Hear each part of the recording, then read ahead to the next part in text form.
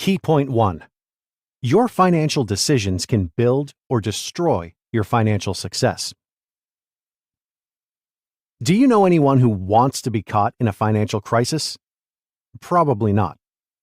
Although people don't want to have financial struggles, many of them act as if they don't care about their finances. People spend without a thought about their debts and how they'll survive the next month. It is also not uncommon to find people living above their means. This financial nonchalance must stop if we are going to build a world of financially stable people. Almost every successful process has a guide or a set of principles to follow. Your finances are no different. You must learn to be disciplined, spend wisely, and create wealth. Tips and concrete action algorithms will be helpful hints to improve your financial situation. They will also contribute to reviewing the overall picture of life and possible changes in your priorities. According to Fagan and Haig, you cannot go on this journey alone. It would be best if you had the support and help of decent individuals who understand the importance of a healthy financial life and building money. These people will also hold you accountable for your goals and catch you when you fail. Financial wisdom isn't only about keeping money in your bank account.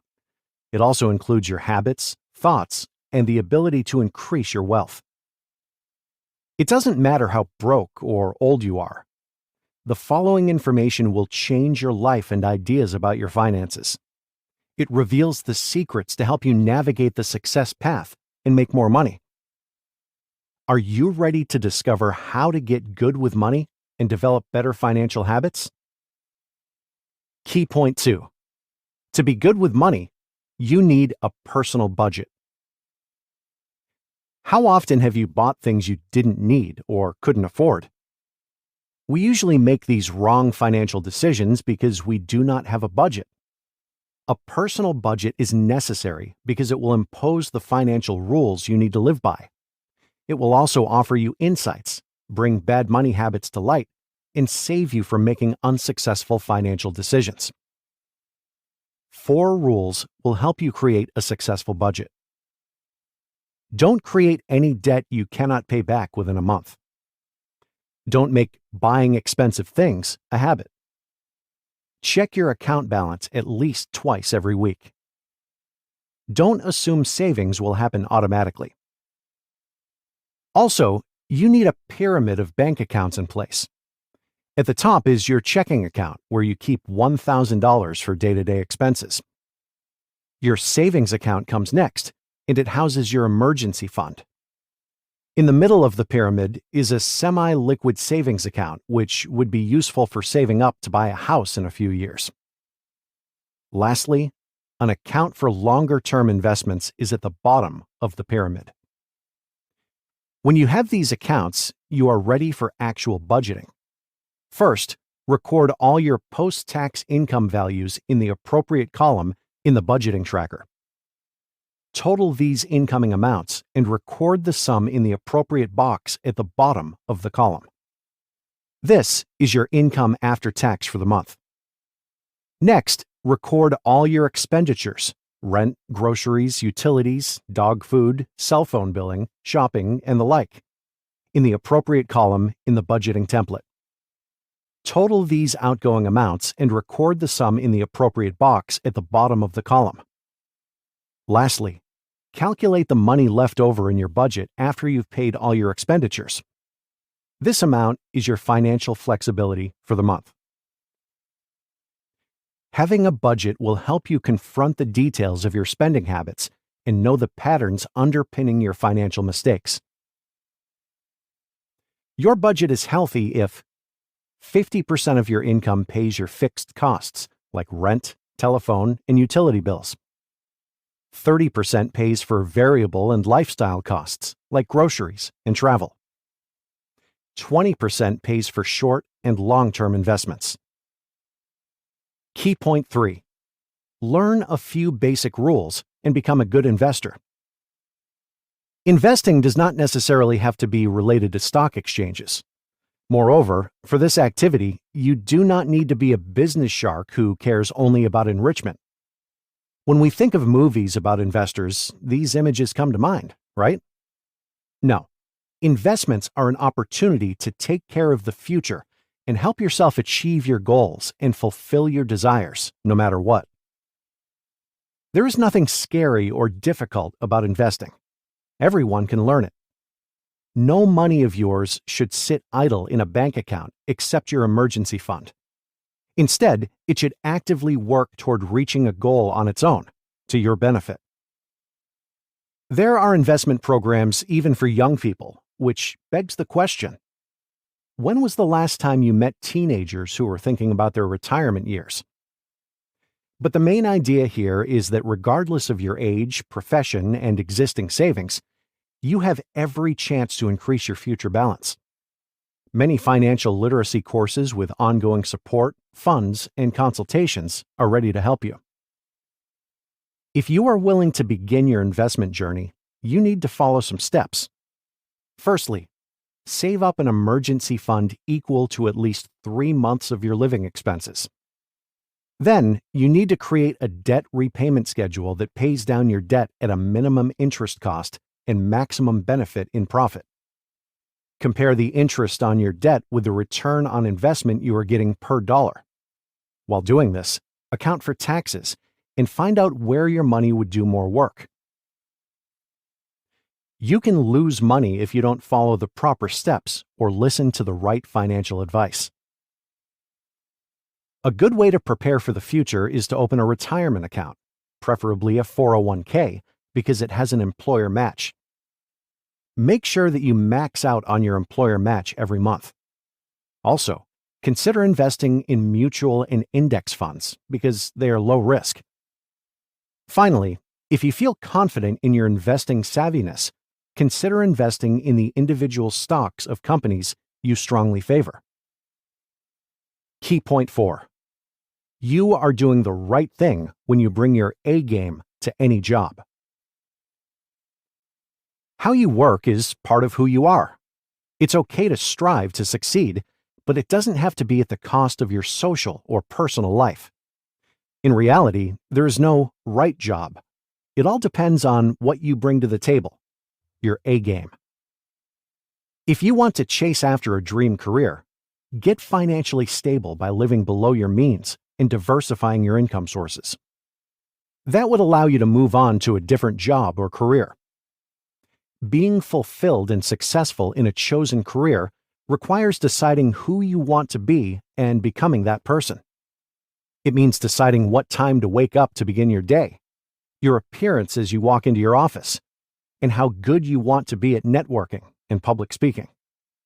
Your professionalism is judged by how seriously you take your work habits and your deadlines. Your words, actions, and behavior should confirm that you know exactly what you want. No job will mark off every item on your dream job checklist because every job has its pros and cons. Many people make mistakes when they give up hobbies, travels, and meeting friends in favor of work. Why? Because responsibilities in other areas of life have a strong positive effect on work productivity, and as a result, on salaries and savings. They help you feel confident and competent in other spheres and constantly remind you that the world doesn't begin and end inside the horizons of your job. Do not become a hostage to your work. Treat it as a resource to help you improve your skills and achieve your professional goals. Your words, actions, and behavior should confirm that you know what you want. A single role in a single job is a recipe for an unhealthy work relationship. Chelsea Fagan. In all, maximize every hour you spend on the job by maxing out the value you get from each work hour.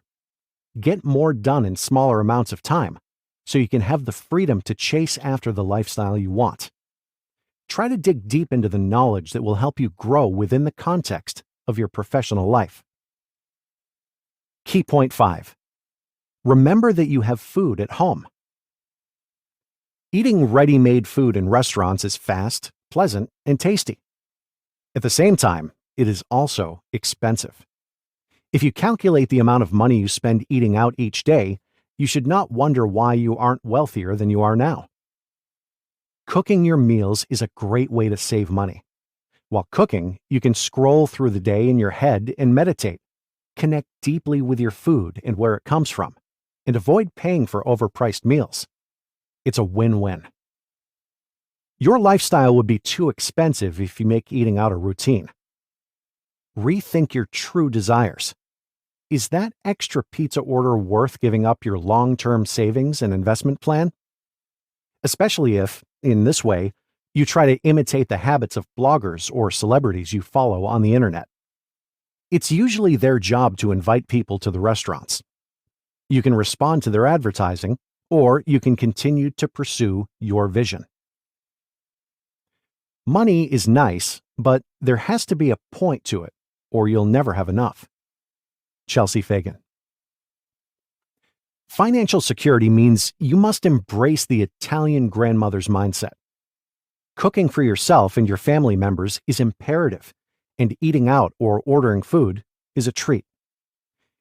If for this you need to learn to cook and spend more time in the kitchen, think about it as a new hobby and an opportunity to test your skills.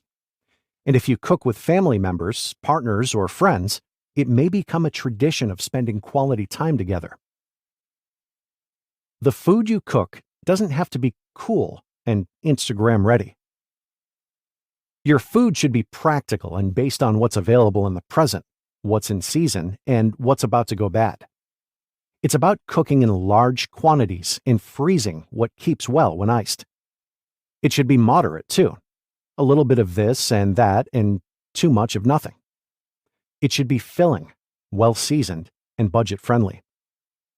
So, the next time you want to go to the nearest restaurant, remind yourself that there is food at home and you can save for the future. Key point 6. Your home is your sanctuary. You can be your true self there. Creating a home that makes you feel good should be your priority. It is a gift you give yourself, and it echoes through the rest of your life. Once you create a home attuned to your lifestyle, enjoy it. Be grateful for it. It doesn't have to be perfect. Be thankful for what you have. That way, you wouldn't have any need to pony up more funds to turn it into an unrealistic picture of the perfect home you harbor in your mind. Regard the rent you pay now as a sacrifice, and don't take on things you cannot afford. It is a fair exchange for the promise of owning your property in the future. Invest smartly in furniture and decor. Be practical, and buy based only on functionality. Creating the home you desire will take the biggest chunk off your budget. Plan long before you execute it. Protect yourself as you rent. Do not try to meet someone else's expectations. Listen to your wishes and remember the lease terms you can afford. Rent a fairly priced unit after checking out several. Make sure your name is on the lease, and always communicate in writing with the property management or your landlord. Pay your rent through your checking account. See to it that the property management or your landlord maintains the property and ensures the utilities are up and running. Have a plan for maintaining your living space by getting basic tools for simple repairs. If you are ready to own a home, first, accept that it is a significant and valuable financial decision you are about to make. Start by planning your budget and your work decisions around this goal. If a side gig will enable you to afford a down payment in half the time, by all means, do it. Ensure your income is stable. Save up so you can afford the down payment, and strive to have a good credit score in the 700 plus range so you can have access to the best mortgage rates available in the market. Remember that home is where you rest, recharge, and spend time with your family. It is impossible to compare it with other people's houses because we all have different needs. Key point 7. There is nothing wrong with setting money rules in relationships. Let's imagine. At some point, a couple's relationship stops being just movie dates and ice cream. It turns into something more.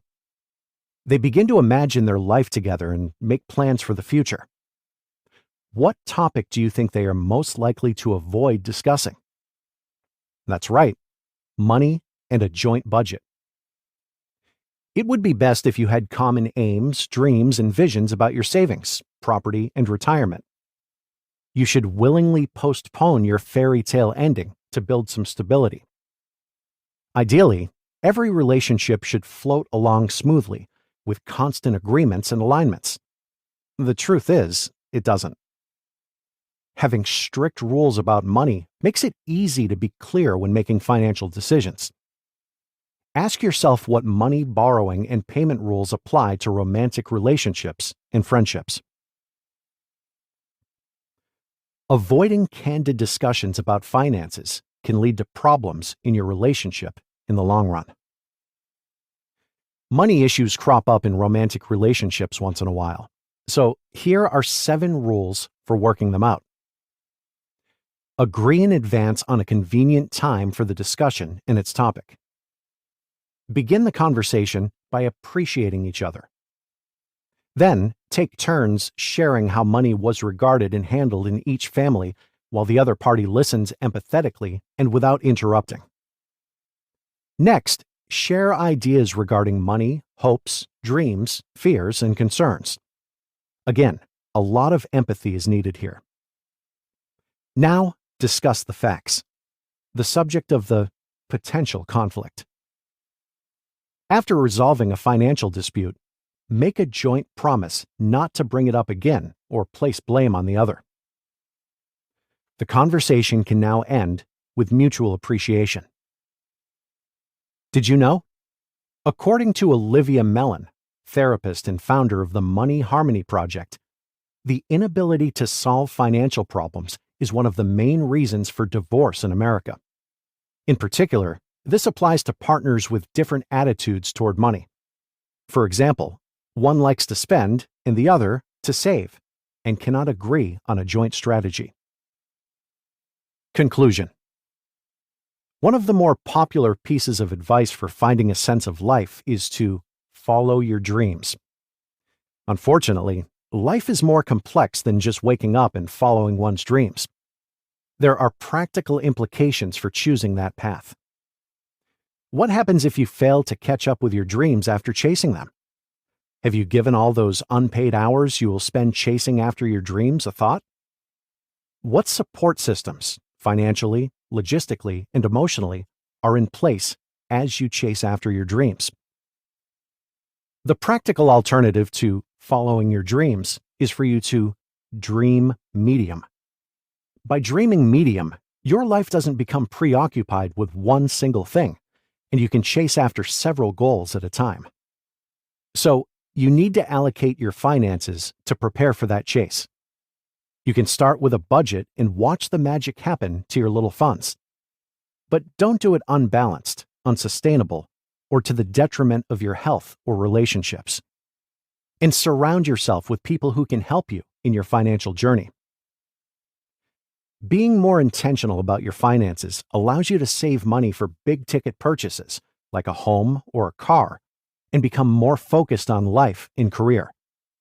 It also nurtures your intimate relationships and friendships. Try this. Have you created your budget yet? Do it now if you haven't already done so. Create your own Italian grandmother-style home cooking plan and share it with your family and friends. Explain the concept behind the plan to them.